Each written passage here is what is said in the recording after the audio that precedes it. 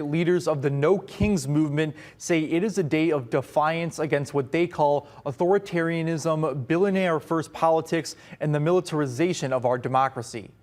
It is estimated 2,000 protests will happen nationwide, including ones in Rockford, Freeport, Oregon, and DeKalb. In response to these planned demonstrations, President Trump said, "We are not a king."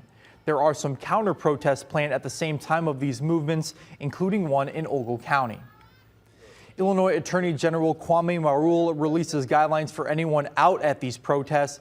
He encourages people to know their rights and responsibilities. Well, he says free speech and marches are protected by the First Amendment, destroying property and trespassing are not.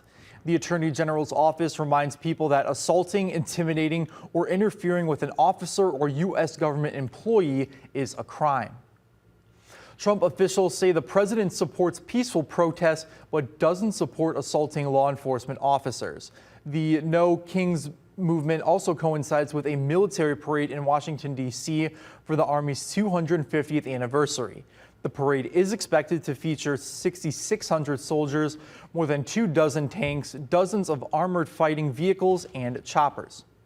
There are supporters who are going to say, look, what's the harm in holding a big celebration of our 250 years of the Army? There's a reason why we don't do military parades like Russia and China and North Korea. We have an apolitical military. It doesn't just support a president, it supports the Constitution. And that's why this is a spectacle that we've never seen before. Great opportunity to showcase our soldiers to the nation.